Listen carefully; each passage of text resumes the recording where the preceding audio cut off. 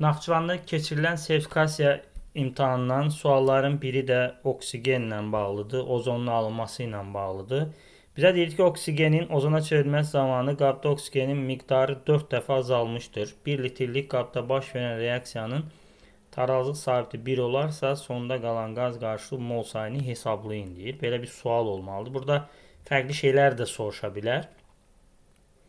Yəni burada biz reaksiyanı yazsaq, deməli nə olacaq? Oksigen keçəcək ozona və 3 mola 2 mol alınır. Oksigenin başlanğıc qarşısına x desək, sonda qalan başlanğıc sərf tarazlıq.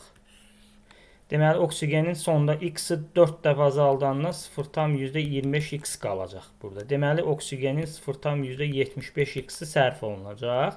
3-ə 2 isə tənasübdən bu da olacaq 0,5x. Deməli bunun başlanğıcı yoxdur. Deməli bu 0,5x-dan da tarazlıqdadır. Deməli burada biz tarazlıq sabitini yerinə qoysaq 0,5x-in kvadratı bölünsün 0,25x-in kubu.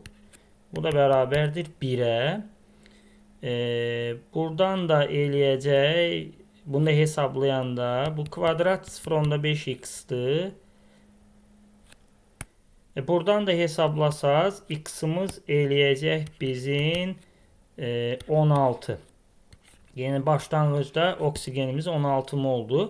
Sonda qalan qaz qarışıq mol sayını soruşsa, bura baxsaq 16 vur 0,25 eləyəcək 4 mol. Burada da 16 vur 0,5 o da eləyəcək 8 mol. Deməli cavabı da ümumi olacaq 12 mol sonda qaz